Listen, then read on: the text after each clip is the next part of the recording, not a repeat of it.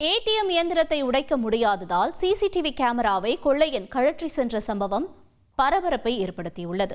காரைக்காலின் முக்கிய பகுதியில் உள்ள லெமர் வீதியில் அமைந்துள்ள ஏடிஎம் மையத்தில் ஏடிஎம் இயந்திரம் உடைக்கப்பட்டிருப்பது குறித்து போலீசாருக்கு தகவல் தெரிவிக்கப்பட்டது. விரைந்து வந்த போலீசார் தீவிர விசாரணை நடத்தினர்.